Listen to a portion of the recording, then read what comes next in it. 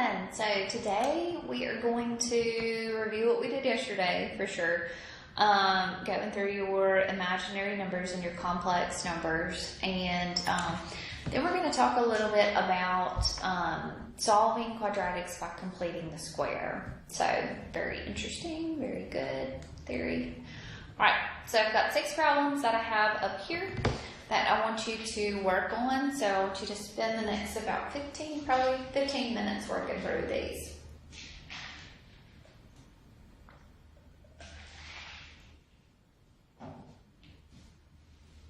Okay, so the first one is subtracting those two. So we'll say 8 plus a 3i minus a 6 minus a 12i here. Okay, so when I do my subtracting here, we'll say 8 minus a 6, which will be a 2, 3i minus a 3i minus a 12i, which is a minus a 9i. Okay, here there's a plus sign, so the signs do not change here. So this will be a plus 4 minus a 5i. So 3 plus 4 gives you a 7. Negative 2i minus a 5i is a minus a, 7i.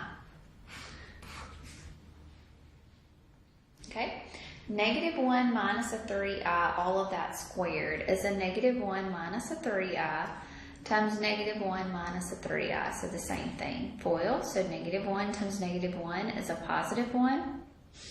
Negative 1 times a negative 3i is a positive 3i.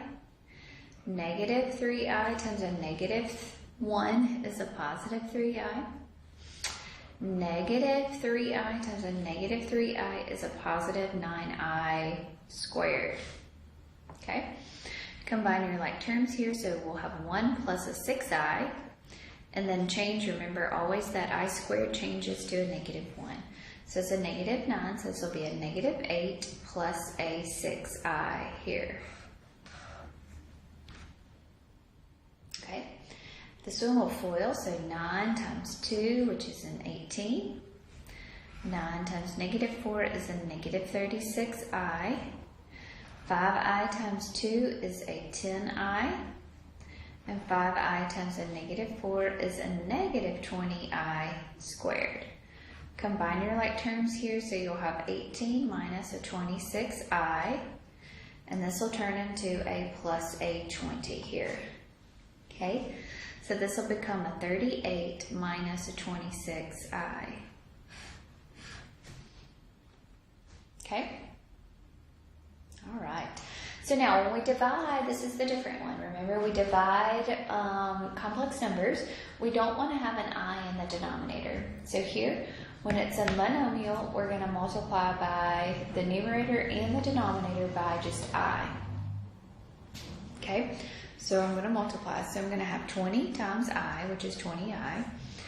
8i times I, which is an 8i squared. And then 4i times I is a 4i squared. So this is going to change to 20i minus an 8 all over a negative 4. So this will be a 5i minus over positive a 2. So we write it in our standard form, which is 2 plus a 5i. Okay?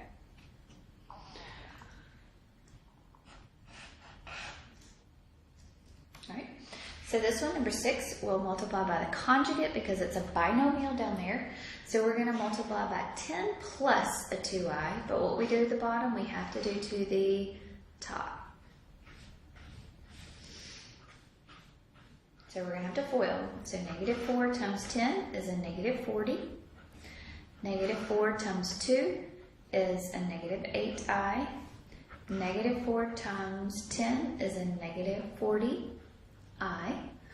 Negative 4 times a positive 2i is a negative 8i squared. All over 10 times 10, which is 100. The middle term is going to go away, right? So it's a plus 20i minus a 20i minus a 4i squared. Okay, so you're going to have a negative 40 minus a 48i. This is going to turn into a plus an 8, right? This is 100 plus a 4. So we'll have a negative 32 minus a 48i all over 104. And 32 divided by 2, 104 divided by 2 is a 52. What else goes into 4? I think can go into all of those. So 4 goes into 32. Negative 8 times 48 divided by 4, which is a 12i. And 104 divided by 4 is a 13. So there we go. Okay. All right. So now we are going to solve by completing the squares. Okay, so we're going to use all this and solve by completing the square.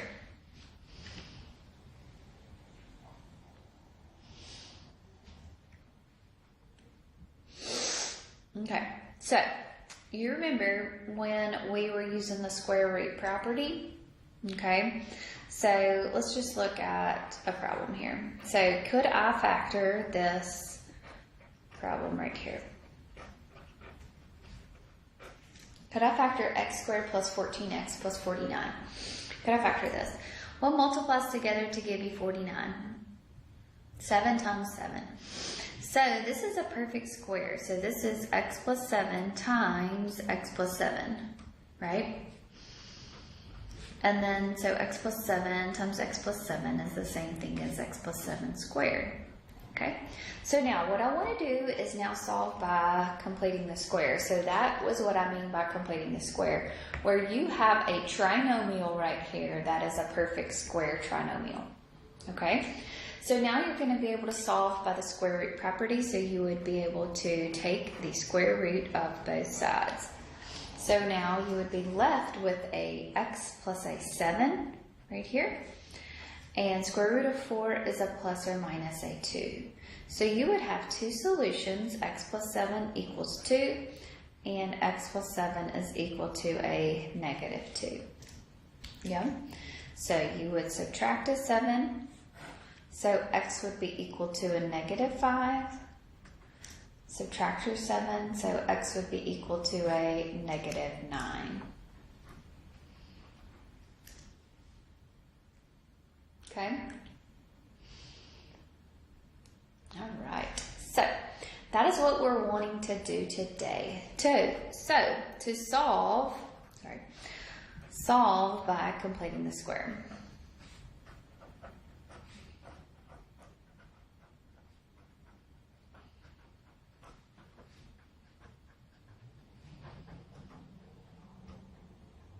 Okay. So you are going to isolate the ax squared and the bx, okay? So you want to rewrite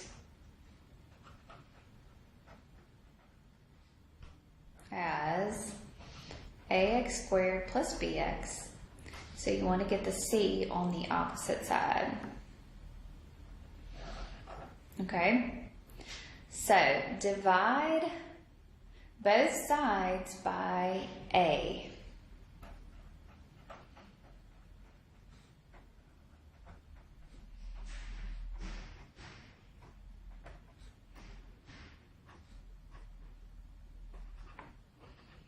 Okay, so divide both sides by a. So now complete the square.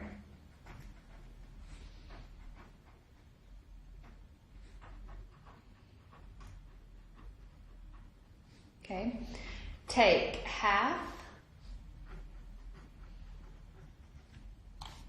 of b and square it. Okay, add it to both sides.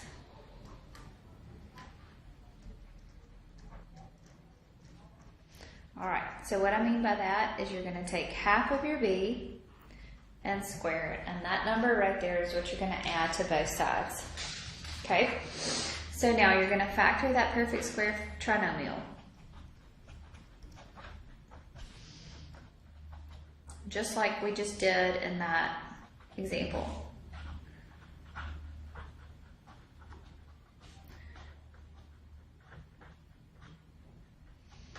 Okay, and solve by the square root property.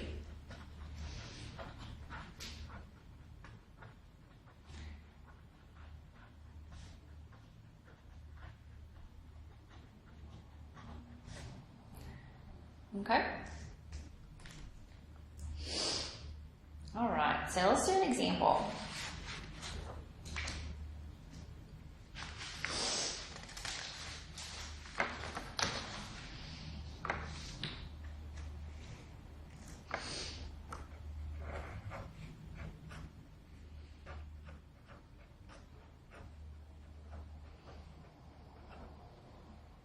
Okay, so I want to solve by completing the square. So solve by completing the square. You will see this again. So this is not going to go away.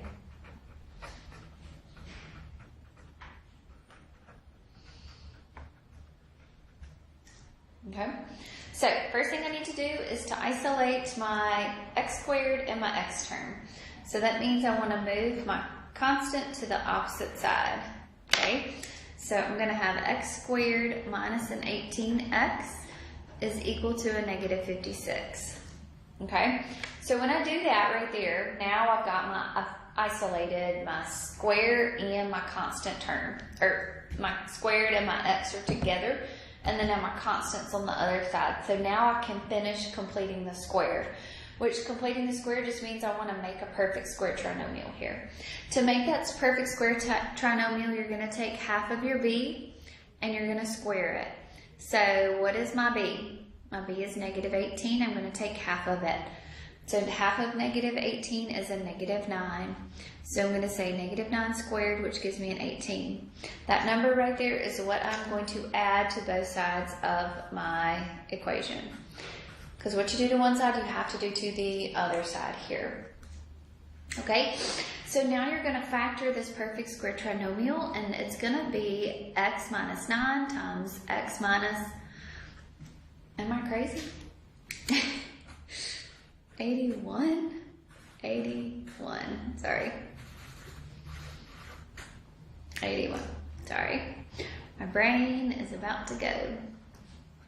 Okay, so when you factor x squared minus 18x plus an 81, you're going to get x minus 9 times x minus 9. Negative 56 plus an 81 is a positive 25. Okay, so now you'll be able to take the square roots of both sides. So the square root of x minus 9 squared is x minus 9. Square root of 25 is a plus and a minus 5. So you'll get x minus 9 equals 5. X minus 9 equals a negative 5. So x is going to be equal to a 14 and x is going to be equal to a positive 4.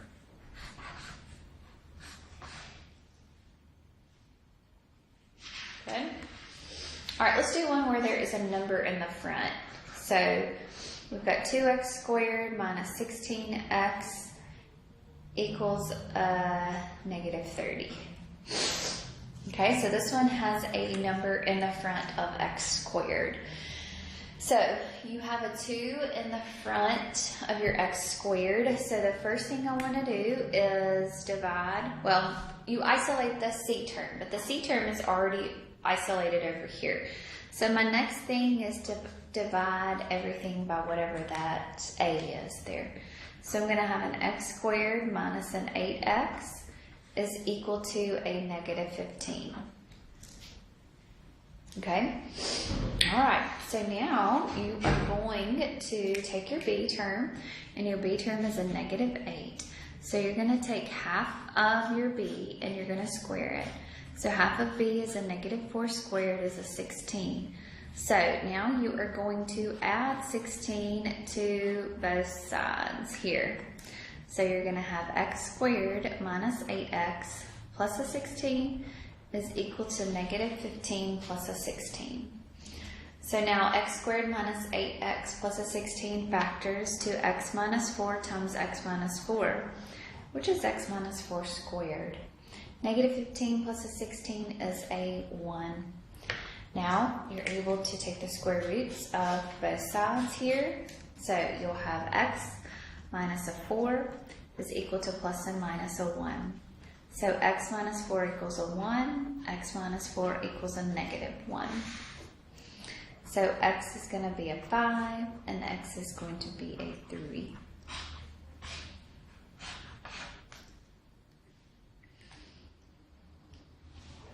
Okay? All right, let's do some more.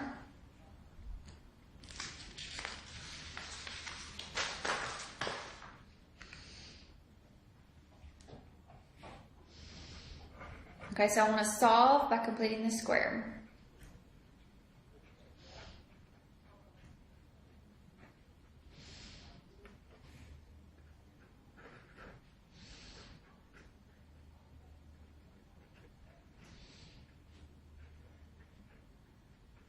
So do these two for me. So now I've shown you how to do two, so now you try these two for me. So take about 10 minutes and try these. Okay, so to do this, remember you get that x squared and the x term together. So the first thing I need to do is move this 21 to the other side. So you're going to have x squared plus a 16x is now equal to negative 5 plus a 21, which is a 16. Okay, so now my b is a positive 16. So I'm going to take half of that 16 and square it. So half of 16 is an 8, and 8 squared is a 64. So I'm going to take that number and I'm going to add it to both sides of this equation. Okay, so when I do that, and then I'm going to factor, so x squared plus 16x plus 64 is going to factor to x plus 8 times x plus 8. So that's x plus 8 squared. 16 plus a 64 is going to give me an 80. So then you're going to be able to take the square roots of both sides. Well, that's not a perfect square, so you're going to be left with x plus an 8 is equal to plus and a minus the square root of an 80. So square root of 80 is 16 times 5.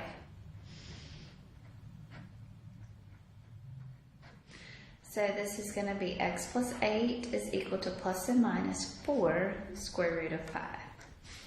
So when you solve for x here, you're going to move the 8 to the other side, so it's going to become negative 8 plus or minus 4 square root of 5.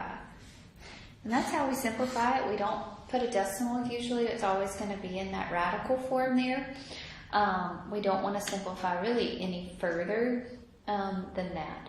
Yes, that does cross the x-axis, so if you wanted to, you could say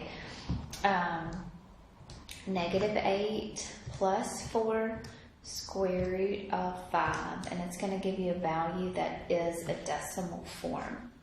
Okay, negative 8 minus 4 times square root of 5 is going to give you that decimal value. So remember, it crosses the x-axis in two places. Okay, all right, so let's look at this one here. This is 3x squared minus 30x minus a 69 is equal to 0. First thing, I want to move the 69 to the other side, so it's going to become a positive 69. There is a 3 right there, so I'm going to divide everything by a 3. So we're going to get an x squared minus a 10x is equal to a, 23? So now we're going to take half of our b and square it. So b is half of b is a negative 5. Negative 5 squared is a 25. So we're going to take 25 and we're going to add it to both sides here. Okay. So I can factor now. So x squared minus a 10x plus a 25 can factor to x minus 5 times x minus 5. 23 plus a 25 is a 48. So now I'm going to be able to take the square root of both sides. So x minus 5 squared is x minus 5. Square root of 48 is a plus and a minus, and that is square root of 16 times square root of 3. So this is going to be x minus 5 is equal to plus or minus 4 square root of 3. Move the 5 over, so x is going to be a 5 plus or minus, 4 square roots of 3. Okay? All right, so there we go. That is solving by completing the square. All right. If you have any questions, please let me know. Y'all have a great day.